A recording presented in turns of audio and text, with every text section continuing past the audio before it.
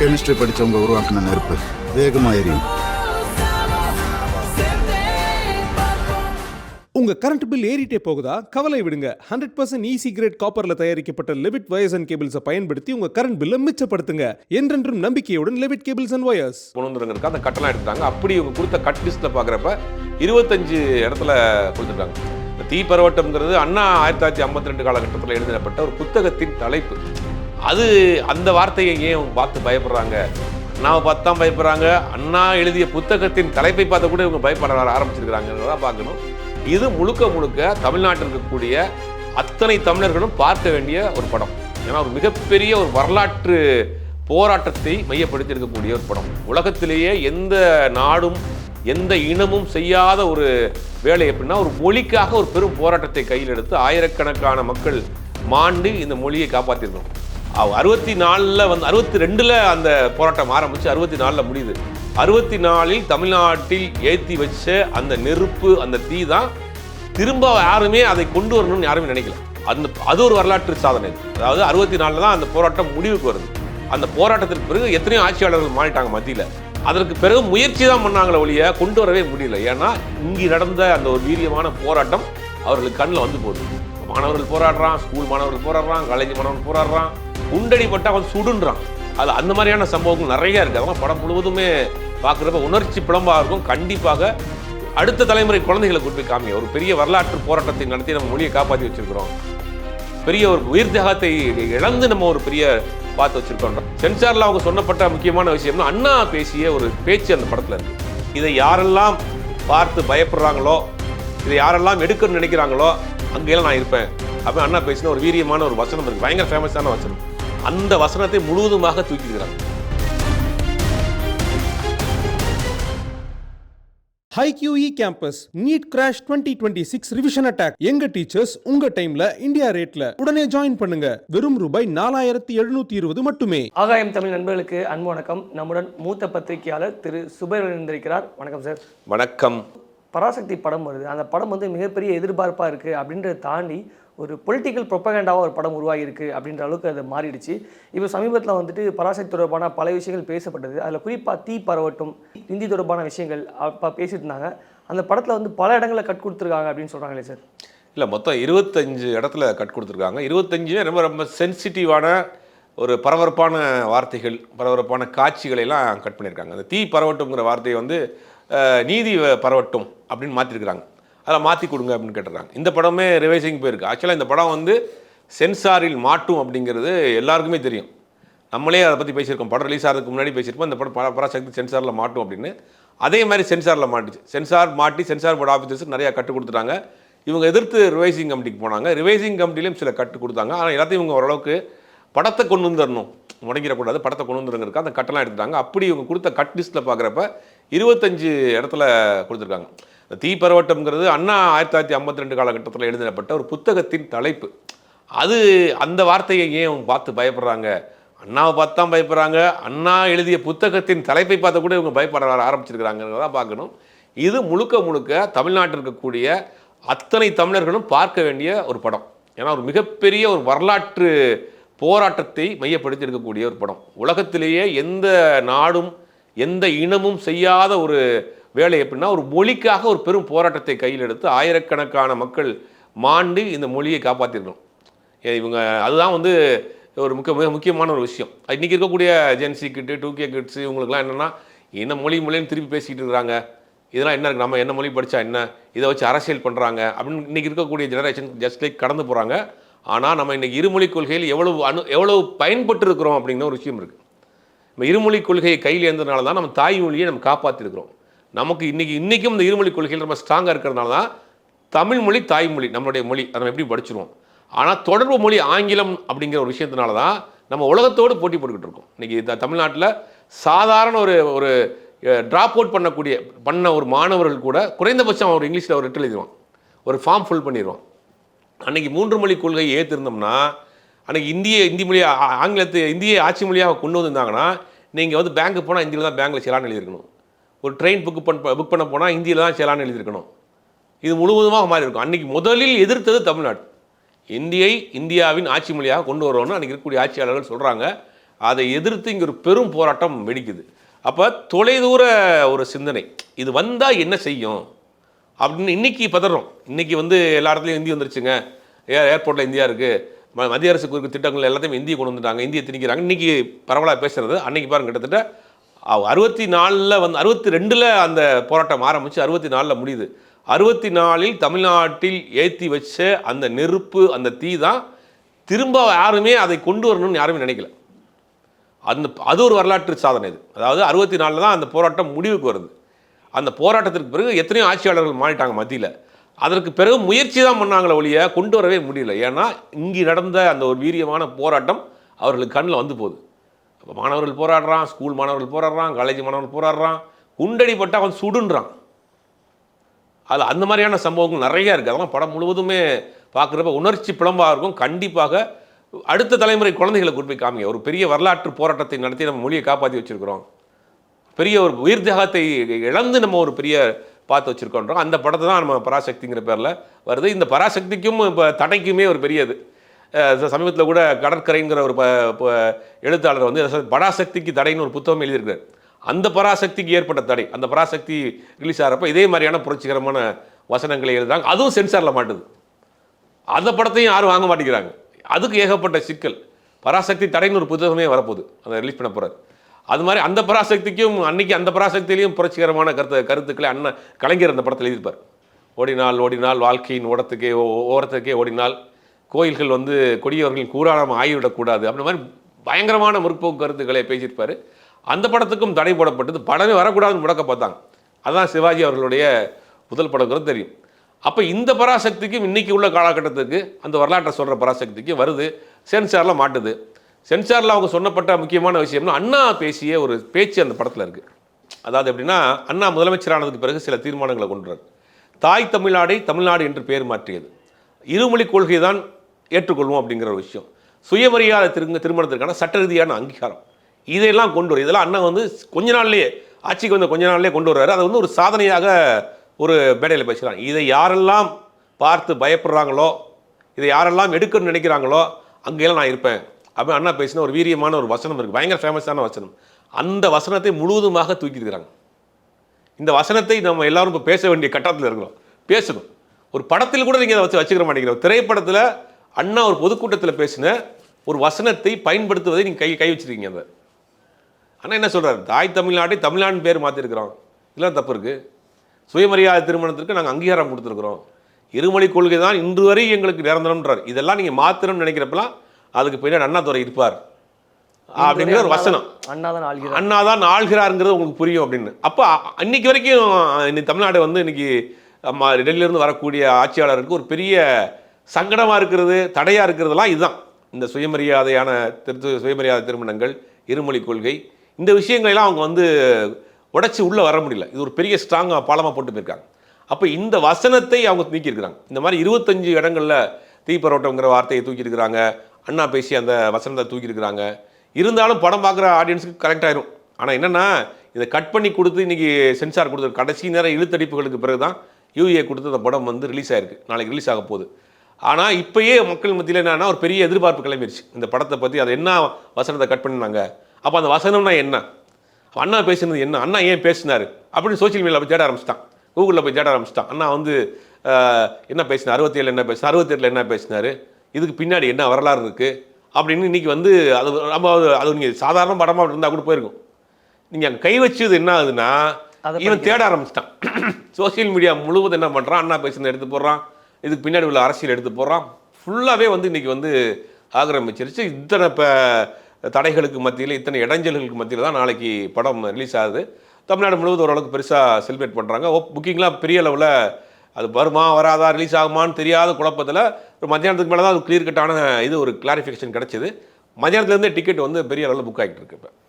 Sir, அதே போல் ஒரு பக்கம் வந்து அண்ணாவை மானசீக தலைவராக ஏற்று அவர் பின்னாடி ஒரு லட்சக்கணக்கான இளைஞர்கள் இன்னும் அவர் வந்து பின்பற்றக்கூடிய நிலையை பார்க்குறோம். ஆனால் அதே சமயத்தில் இன்றைய சூழலில் வந்து அண்ணாவை வந்து யாருன்னே தெரியாத அளவுக்கு ஒரு கூட்டம் உருவாகிருக்கு அப்படின்னே நம்ம சொல்லலாம். அது மட்டும் இல்லாமல் அண்ணாவை வந்து வெறுக்கத்தக்க கருத்துக்களை போட்டு இன்றைக்கி ட்ரோல் பண்ணுற மெட்டீரியலாக மாற்றி வச்சுருக்காங்க. நீங்கள் பார்த்துருப்பீங்க நிறைய விஷயங்களை. அதாவது ஆர்எஸ்எஸ் சித்தாந்தத்துக்கு நேரெதிர் சித்தாந்தம் பெரியாரும் அண்ணாவும். அப்போ நீங்கள் பெரியார் அண்ணாவை வந்து யார் எதிர்க்கிறாங்கிறது ஒரு காலத்தில் இருந்துச்சு. ஒரு குறிப்பிட்ட ஆட்கள் மட்டும் தான் பெரியார் அண்ணாவை எதிர்த்துருந்தாங்க. அப்போ இவர்கள் எதிர்த்தா இதை பெருசாக அங்கே வந்து இது பண்ண முடியாது. அப்போ உன் வச்சு உன் கையை வச்சு உன் கண்ணை குத்துறங்கிற ஒரு இது இருக்கு இல்லையா? அப்போ உங்களால் வச்சு அண்ணாவை வந்து டேமேஜ் பண்ணுறது, உங்களால் வச்சு பெரியாரை டேமேஜ் பண்ணுறங்கிற வேலையை தான் நீங்கள் செய்கிறாங்க. அவர்களுக்கு கூலி ஆட்களாக அடி ஆட்களாக வேலை செய்யக்கூடிய நபர்கள் தான் இந்த வேலையை பண்ணிட்டு இருக்காங்க. இல்லை இந்த இளைஞர்களும் பல பேர் அது மாதிரி ட்ரோல். அதைத்தான் சொல்கிறேன், அது புரிதல் இல்லாமல் பண்ணது தான் அது. அதுக்கு முக்கிய காரணம் 2 திராவிட கட்சிகள்.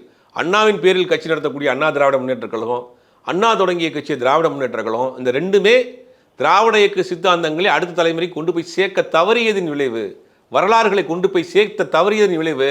அண்ணா யாருன்னு கேட்குறான், பெரியார் என்ன செஞ்சார்னு கேட்குறான். இதுக்கு முக்கிய காரணம் வந்து ஒரு அடுத்த தலைமுறைக்கான ஒரு வரலாற்றை சாதனையை கொண்டு போய் சேர்க்கல. அது ஒரு பெரிய தவறை செஞ்சுருக்கிறாங்கன்னு நான் சொல்வேன். ஏன்னா இவ்வளோ பெரிய போராட்டத்திற்கு பிறகு தமிழ்நாட்டை இன்றைக்கி எல்லா மாநிலத்திலையும் எல்லா திட்டங்கள்லையும் முன்னேறிய மாநிலமாக கொண்டு வந்திருக்கு. இன்றைக்கி நமக்கு ஒரு உங்கள் கனவை சொல்லுங்கன்னு ஒரு திட்டத்தை தமிழ்நாடு அரசாங்கம் கொண்டு வந்திருக்காங்க. யோசிச்சு பார்க்கவே முடியாத ஒரு திட்டமாக இருக்குது. ஆனால் அதை சாத்தியப்படுத்தணும்னு பண்ணுறாங்க. ஒரு கிட்டத்தட்ட 500 வாலண்டியர்ஸை போட்டுட்டு வீட்டுக்கு போகிறாங்க. 500 5000 நினைக்கிறேன். வீட்டுக்கு போகிறாங்க. உங்களுடைய கனவு என்ன அப்படின்னு கேட்குறாங்க. அது அரசாங்கத்தால் செயல்படுத்தக்கூடிய கனவாக இருக்கலாம், ஒரு பட்டா மாறுதலாக இருக்கலாம், ஒரு பட்டா வாங்குறதா இருக்கலாம், ஒரு பெர்த் சர்டிஃபிகேட் சிக்கலாக இருக்கலாம், ஒரு பையனுக்கான லோனாக இருக்கலாம். இதெல்லாம் வந்து என்ன பண்ணுறாங்கன்னா உடனே அவங்களால நிவர்த்தி பண்ணக்கூடிய இடத்துல பண்ணுறாங்க. இந்த மாதிரியான திட்டங்கள் இந்த அரசாங்கம் வந்து ஒரு பக்கம் மக்கள் நல திட்டங்களே பண்ணிகிட்டு இருக்கிறாங்க, ஒரு பக்கம் பட பிரச்சனையும் போயிட்டு இருக்கு. இன்னொரு இன்றைக்கி ரொம்ப ஆச்சரியமான ஒரு இன்றைக்கி ஒரு ஒப்பந்தம் ஒன்று கையெழுத்தாயிருக்கு. அதாவது வாட்ஸ்அப் நிறுவனம் தமிழ்நாடு அரசும் சேர்ந்து ஒரு ஒப்பந்தம் போட்டிருக்காங்க. நீங்கள் வாட்ஸ்அப்பில் ஒரு நம்பர் இருக்குது, அந்த நம்பருக்கு மிஸ்டு கால் கொடுத்தீங்கன்னா டெத் சர்டிஃபிகேட் பெர்த் சர்டிஃபிகேட் வாங்கிடலாம் வாட்ஸ்அப்லேயே. நீங்கள் உலகத்தில் எந்த மூலையில் இருந்தாலும், இப்போ நீங்கள் உதாரணத்துக்கு நீங்கள் திருச்சியை சேர்ந்தவர்னு வச்சுங்களேன், திருச்சியில் உங்கள் சொந்தக்காரோ உங்களை யாருக்கோ ஒரு பெர்த் சர்டிஃபிகேட் வேணும், இல்லை உங்களுக்கு வந்து டெத் சர்டிஃபிகேட் வேணும், ஏதாவது டாக்குமெண்ட்டை நீங்கள் எடுக்கணும், வெளிநாட்டில் வேலை நிமித்தமாக வெளிநாட்டில் இருக்கிறீங்க அப்படின்னா இந்த வாட்ஸ்அப் நம்பருக்கு நீங்கள் வந்து ஒரு டெக்ஸ்ட் அனுப்பிச்சா போதும், உடனே உங்களுக்கு டீட்டெயிலாம் அனுப்புகிறாங்க. அது வாட்ஸ்அப் நிறுவனமும் தமிழ்நாடு அரசும் சேர்ந்து இன்றைக்கி ஒரு ஒப்பந்தம் போட்டிருக்காங்க. இப்படி மக்கள் நல திட்டங்கள் போயிட்டு இருக்கு. மக்கள் நல திட்டங்களை சொல்லி ஓட்டு கேட்கக்கூடிய ஒரு அரசியல் கட்சி, வன்மத்தை சொல்லி மக்களை பிளவுபடுத்தி ஓட்டு கேட்கக்கூடிய ஒரு அரசியல், இது ரெண்டு தான். இது ரெண்டு சித்தாந்தம். இந்த சித்தாந்தங்களுக்கு அண்ணாவும் பெரியாரும் வந்து தடையாக இருக்காங்க. அப்போ அண்ணாவும் பெரியாரும் தடையாக இருக்கிறாங்கன்னா இவங்களை உடைக்கணும், இவங்களை டேமேஜ் பண்ணணும். இந்த சித்தாந்தத்தை உடைக்க முடியல, சித்தாந்தத்தை சொன்னவர்களை டேமேஜ் பண்ணலாம்ல, அதை தான் இந்த வேலையை பார்க்குறாங்க. அப்போ என்ன பண்ணுறாங்கன்னா இங்கே இருக்கிற ஆட்களை வச்சு இந்த வேலையை பண்ணுறாங்க. அப்போ புதிய தலைமுறையில் இருக்கக்கூடிய அந்த ஜென்சி இளைஞர்களுக்கு வரலாறே தெரியல. அண்ணா என்ன பண்ணாருன்னு கேட்டால் அண்ணானே யாருன்னு கேட்குறான், விஜயனா தான் அவனுக்கு தெரியுது. அதனால் என்னன்னா அந்த வரலாறு தெரியல. சரி, விஜயனா தான் பெரியார் கொள்கை தலைவர், விஜயனா தான் பெரியாரை பற்றி பேசுவார்னா ஃபோட்டோவில் மட்டும் தான் பெரியார் வச்சிருக்காரு. விஜயனா பெரியாரை பற்றி பேசல. விஜய் பெரிய கொள்கை தலைவர்ன்றார்ல, பெரியாரை பற்றி ஏதாவது ஒரு மேடையில் பேசியிருக்காரா? விஜய் பெரியாருடைய கருத்துக்களை பேசியிருக்காரா? பெரியாருடைய சாதிய அடக்குமுறைக்கு எதிராக பேசியிருக்காரா? பெண் அடக்குமுறைக்கு எதிராக பேசியிருக்கிறாரா? மத ரீதியான அடக்குமுறைக்கு எதிராக பேசியிருக்காரா? பெரியார் சொன்ன பகுத்தறிவை பற்றி பேசியிருக்கிறாரா? முற்போக்கு பற்றி பேசியிருக்கிறாரா? கொள்கை தலைவர்ன்றீங்கல்ல, அங்கே மேடையில் ஏறி என்ன பேசுறீங்க? ஒரு அடுத்த தலைமுறை உங்களை நம்பி ஒருத்தன் கூட பின்னாடி வந்திருக்கான்னா அவர்களை பக்குவப்படுத்த வேலை செய்யணுமா இல்லையா? நீங்கள் அவன்கிட்ட போய் வெறுப்பு தானே சொல்கிறீங்க. பிளாஸ்ட் பண்ணுறோம், மாஸ் பண்ணுறோம், பக்கா மாசு, பொடி மாசு, இந்த வேலையை தான் நீங்கள் செய்கிறீங்க. அப்போ 2 திராவிட கட்சிகள் செய்த தவறியதின் மிச்சம் இவர்கள் கையில் எடுக்கிறாங்க. அடுத்த ஜெனரேஷன் கையில் எடுத்து ஒரு சித்தாந்தத்தை உருவாக்கிய தலைவர்களை டேமேஜ் பண்ணக்கூடிய வேலையை, அவர்களை வந்து சிதைக்கக்கூடிய வேலையை பண்ணுறாங்க. சித்தாந்தத்தை சிதைக்க முடியல, ஸ்ட்ராங்காக இருக்குது, 50 வருஷமாக ஸ்ட்ராங்காக இருக்குது. அவன் கோயிலுக்கு போகிறான், பெரியார் சொன்னால் அவனுக்கு கோவம் வருது. சர்ச்சுக்கு போகிறான், பெரியார் சொன்னால் கோவம் வருது. மசூதிக்கு போகிறான், பெரியார் சொன்னால் கோவம் வருது. எல்லாம் கடவுள் நம்பிக்கை உள்ளவன் தான். பெரியார் கடவுள் நம்பிக்கை இல்லைன்னு சொல்கிறாங்க. ஆனால் ரெண்டில் என்ன வித்தியாசம்னா, தேவைப்படுகிற இடத்துல பகுத்தறிவு எடுத்துக்கிறான், தேவைப்படுற இடத்துல கடவுள் நம்பிக்கை எடுத்துக்கிறான். ரெண்டையும் மிக்ஸ் பண்ணி ஒரு ஒரு இனம் ஆளுதான் தமிழ்நாடுலாம். ரொம்ப ஆச்சரியமான ஒரு மாநிலம். இன்றைக்கி வந்து வட இந்தியாவிலேருந்து வரக்கூடிய அரசியல் தலைவர்கள் தலை பிக்கிறான். என்னடா கடவுள் என்றான், நீ கடவுள் மாலை போட்டிருக்க, பெரியார் சொன்ன உனக்கு கேட்டால் கோவம் வருது.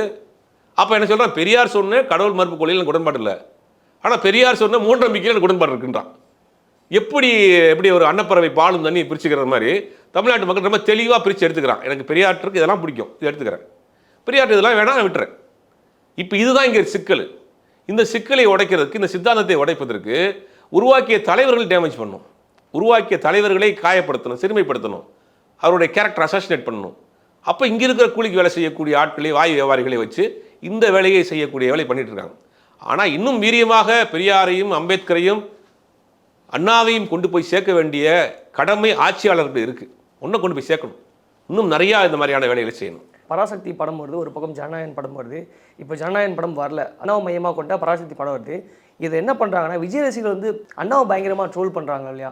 இது வந்து சாதாரணமாக ஒரு சும்மா ஒரு இனிஷியேட்டாக நடக்குது அப்படின்னு நம்ம எடுத்துகிட்டு போக முடியுமா? இல்லை, அண்ணாவை ட்ரோல் பண்ணுறான்னா அண்ணனே அவனுக்கு யார் தெரியாது, அவனுக்கு விஜயனா தான் தெரியும். அப்போ அண்ணாவை இவன் ட்ரோல் பண்ணுறான் அப்படின்னா விஜய் ரசிகர்கள் என்ற பேரில் போர்வையில் இருக்கக்கூடிய சில பேர் பண்ணுற வேலை தான். அவனுக்கு அண்ணாவை பற்றி தனிப்பட்ட முறையில் எந்த கோபமும் கிடையாது. அந்த விஜய் ரசிகர்களை கூப்பிட்டு கேளுங்களேன், அவனுக்கு எதுவுமே தெரியாது. அண்ணாவே யார் தெரியாது, அப்புறம் எப்படி கோவம் வரும்? அப்புறம் சித்தாந்தம் தெரிஞ்சா தானே, அவர் கொள்கை தெரிஞ்சா தான் அவன் மேலே கோவப்படுவீங்க. அண்ணாவே ஃபோட்டோவில் பார்த்துருப்பான், அண்ணாவுடைய ஒரு வார்த்தை கூட அவனுக்கு தெரியாது. அப்போ அண்ணாவை வந்து இவர்களுடைய ரூபத்தில் வந்து வேறு எதிராக திருப்பக்கூடிய வேலையை எப்படி ஓப்பனாக சொல்லணும், நாம் தமிழர் எப்படி பெரியாரையும் அண்ணாவையும் டேமேஜ் பண்ணக்கூடிய வேலையை இறங்கியிருக்காங்களோ அதே வேலையை கடைசியில் இவனும் கை எடுத்தாங்க.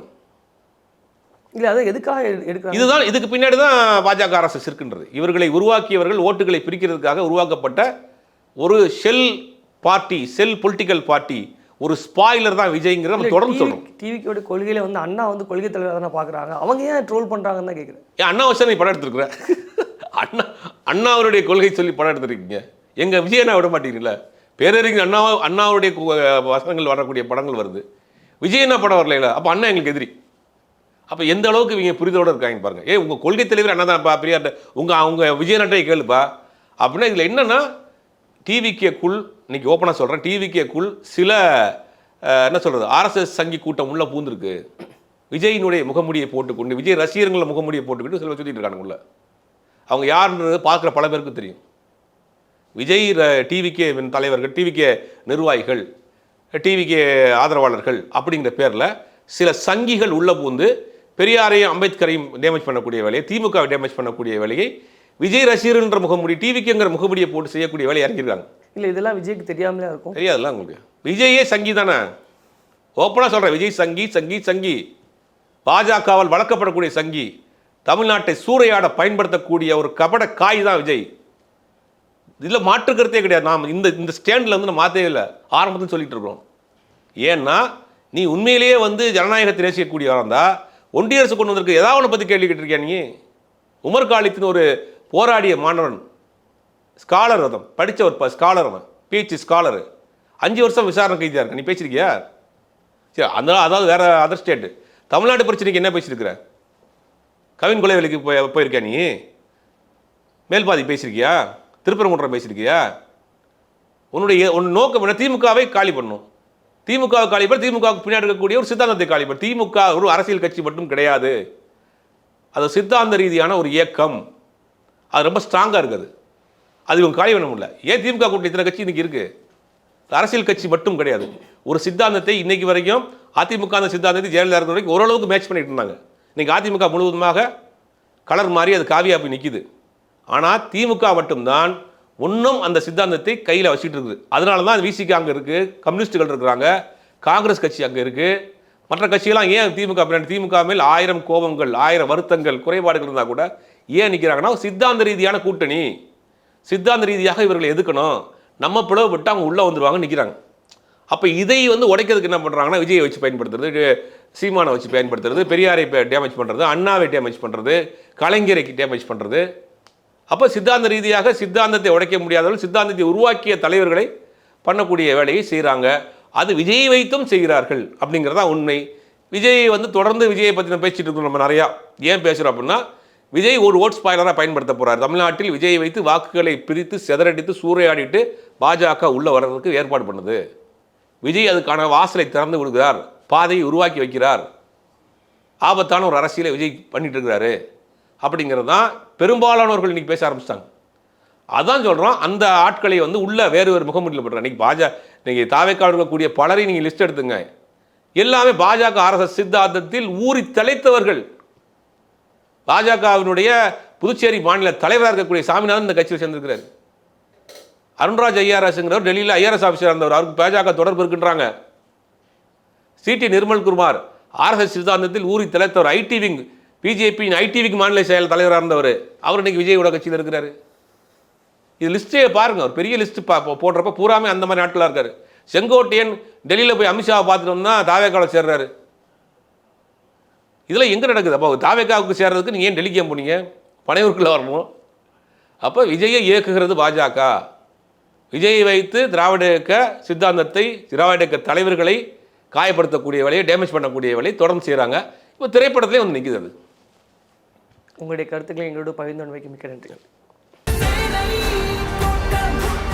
கெமிஸ்ட்ரி படித்தவங்க உருவாக்கின நெருப்பு வேகமாக எரியும்.